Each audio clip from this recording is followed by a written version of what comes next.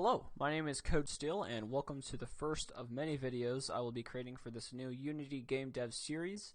In this series I'll be going over the fundamentals of C# with the Unity game engine.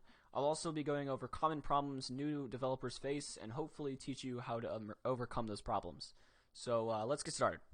Okay, so in this video, we're simply just going to be installing Unity and setting up everything for this tutorial series. This video is definitely not for everybody. If you already have Unity set up and you have everything ready and you're just ready to program, go ahead and skip to my next video where I actually start. But like I said, in this video, we're just going to be installing Unity and getting it started. So the first thing I'm going to do is I'm going to go to Google Chrome here or whatever whatever browser you like to use, and I'm going to go to unity.com. Okay, so we can click Get Started on the top right and go to Individual. And then we want to select the personal package here, Get Started. If you're a first-time user, you might want to go through some of the tutorials they have for themselves. But if you're, if you're cool, you can go with my tutorials. So let's go to Returning Users here. Mark that button and install or download Unity Hub. So this will just give you the Unity Hub setup. I already have it, so I'm just going to open up Unity Hub. I have a lot of projects I've been working on, that I've worked on. And so just ignore those. But what we're going to do is we're first going to go to installs, and we're going to install in this series we're going to be using 2019.4.5, but of course you can use whatever you want. So if you want, just to play it safe, go with 2019.4.5. That's what I'll be using for this tutorial series. So what I'm going to do is I'm going to click 2019.4.5. I'm going to click Next. If you don't have Microsoft Visual Studio installed yet, go ahead and click that button to install it. I already have it installed, so I'm not going to click that. And then one last thing, I want to make sure Windows build support is set or is checked. If you're not on Windows, just check whatever operating system you have. But for me, I'm on Windows. I want to make sure that's checked. And then simply just click Done and Yes, and it's going to download for you. Okay, so now that it's installed, we can go ahead and get started. But real quick, if you are a new Unity user, I actually forgot about this. It probably won't let you make a new project or install a new version until you have a license. So just go to the settings here on the top right, license management, and just activate a new license. You just have to have a Unity account for it. It's completely free and you shouldn't have anything else set up. So let's go ahead and get started by making a new project. If you only have one install, then you can simply go to Projects and click New and follow along the rest. But if you have multiple installs like me, go to the right of the New button and you can actually click which version you would like to make a new project with. In this case, I'm going to do 2019.4.5. It's going to open up the new project window. Here we can select what template we want, which just means if we want it in 2D and 3D, or if we want it in 3D with some specific with a specific render pipeline. In this case, I'm going to do a 3D game. And I'm going to do it with no render pipeline, just a normal, just the default render pipeline it comes with. So for the project name here, I'm going to do tutorial series, and then I'm just going to click create.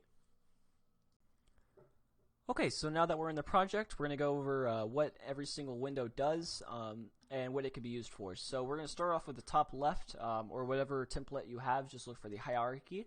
The hierarchy is basically just a view of every single object that is placed in your scene. So if we look in our scene view, I got the directional light here and a camera. If I hover over one, as you can see, it selects it because that is in my hierarchy. And you can also child objects. So if I wanted to make the directional light a child of camera, I could just drag and drop it on top of it. And now if I move camera, as you can see, it moves the directional light too because it's childed to it. Next thing we got is a scene view. If you hold right click in the scene view, you can look around. If you use WSAND while you're holding your right click button, you could also move around. You can hold shift while moving and that goes faster. And then you can also control your camera speed. If you go up here where it says gizmos, the left to that, the camera, you can click that, and then over here at camera speed, I can set the max to, let's say, 100, and then use the slider to put it to whatever I want. And that's really useful for big maps when you want to go from point A to point B and it's very far. So that's, it could be very useful. So the next thing I'm going to go over is the project view at the bottom here. The project view is basically just all of your materials, your scripts, your audio, just any asset you can think of that would be used in your game. This is where it's going to be stored. So if I go back to the assets here, as you can see, I got scenes. And it says sample scene right here, of which I'm actually in. If you look in the hierarchy, we're in sample scene. Which has these objects in it. The next thing I'm going to go over is the console.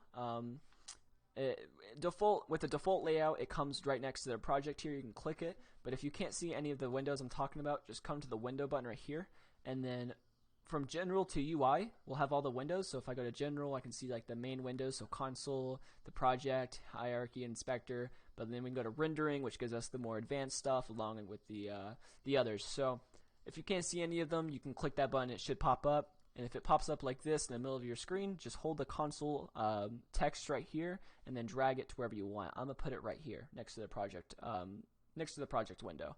So the console view, it's just how it sounds. It's a terminal for Unity. This is where you're going to find your errors. This is where you're going to find your debugs. When you're wanting to talk to Unity with debug.log, which we'll get into later, this is where it's going to show up. Okay, so the next thing we're going to go over is the inspector. The inspector, if you look on the right here, is blank right now. But if I click an object, so for instance, main camera, it is now going to show all the components that make up the main camera. So that's just going to show all of the properties of whichever component that is. So here's like the camera component. I have all the properties here, which I can change. Same with transform. Then I also have audio listener component too. We'll get into components and how all that works in a minute, but let's just first continue going over the windows. So like I said, an inspector sounds just like what it is. It inspects an object and it shows you all its properties. Same with the light. I can see all its properties. I can change things, you name it. Next thing I'm going to go over, in the scene view right here on the right, you can see their game view. The game view is literally when you click play, it's going to take you here. This is where you're going to actually play your game. If you have multiple monitors, and you know, it can be nice to put this on a whole nother monitor and see that. But it's just whatever you prefer. Okay, so one of the last things I'd like to go over is the top of the scene view. We got these many different options. So we're just going to go over every single one so I can show you which each does.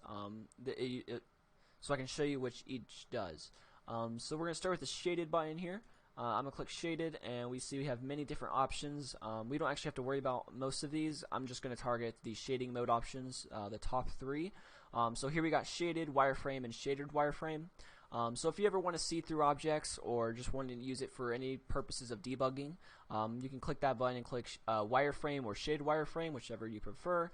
And if I were to create a new object, so a cube, as you can see, I just see the wireframe of it. And then if I were to change the shaded to wireframe, I see the shaded material along with the wireframe, and then back to shaded, it just shows the material. So that can be used for debugging if you ever want to look through objects, or just in general. There might be some cases for that. That could be very useful. So I'm going to skip this 2D button. All it really does is just shows you 2D view.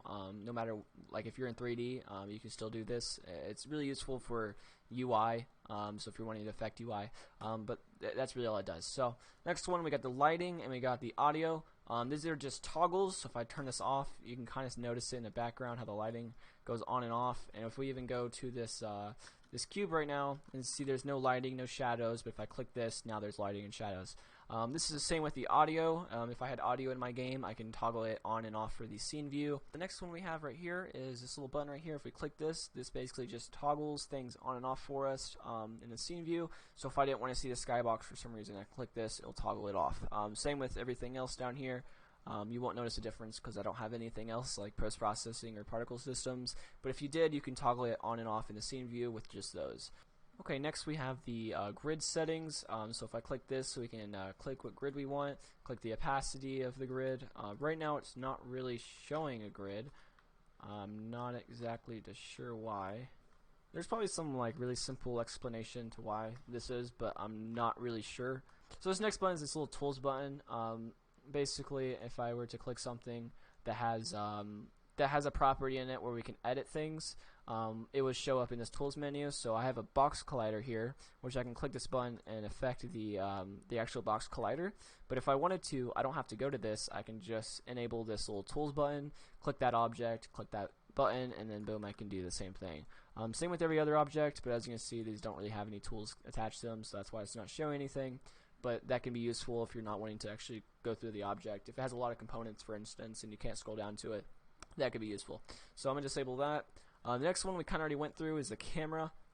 Here we have the scene camera's field of view. We have dynamic clipping, which honestly I would turn off. I hate using it, but it really just it just really depends. If you ever have the problem where when you go close to an object and it like you're not even this close and it already starts to disappear, that's because dynamic clipping is enabled and has made it your near clipping plane, or your near clipping plane very high.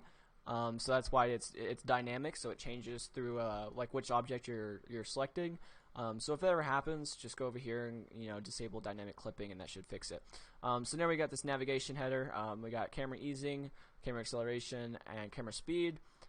This just the smoothness of your camera. As you can see, that goes like a robot. But if I go back here and do this, it's a little smoother.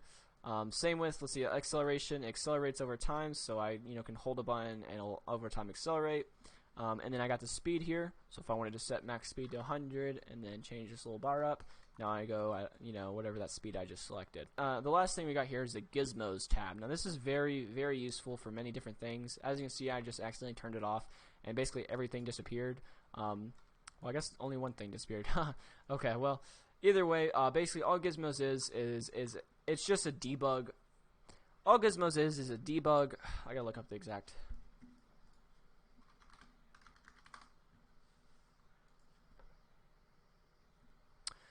So gizmos are very useful. They're used to give visual So gizmos are very useful for visual debugging when in the scene view. So if you wanted to debug something, they're very useful for that visually. So if I actually click this little bar, this down arrow right here, I can actually go through every single thing and disable or enable if I want to see that visual debug or not. So for instance, I can see this camera view sticking out. So if I just went to camera and disable it, no, I don't see that. And that's just what everything here. You can scroll down and you can see what we have, but it's just basically everything you can think of. Okay, so that finishes up the introduction to my Unity Game Dev series. If there's something you don't understand, please leave a comment below and I will help you. Or if there's a problem you're facing with your current project, please go to my Discord, which I will link below, and you can ask help in the help chat channel. So I hope you guys enjoyed and I hope you learned something. If you did, please subscribe. I will be posting more content, not only on Unity tutorials, but also on my new game I've been working on with the devblog series. So get ready for that. Anyways, have a great day.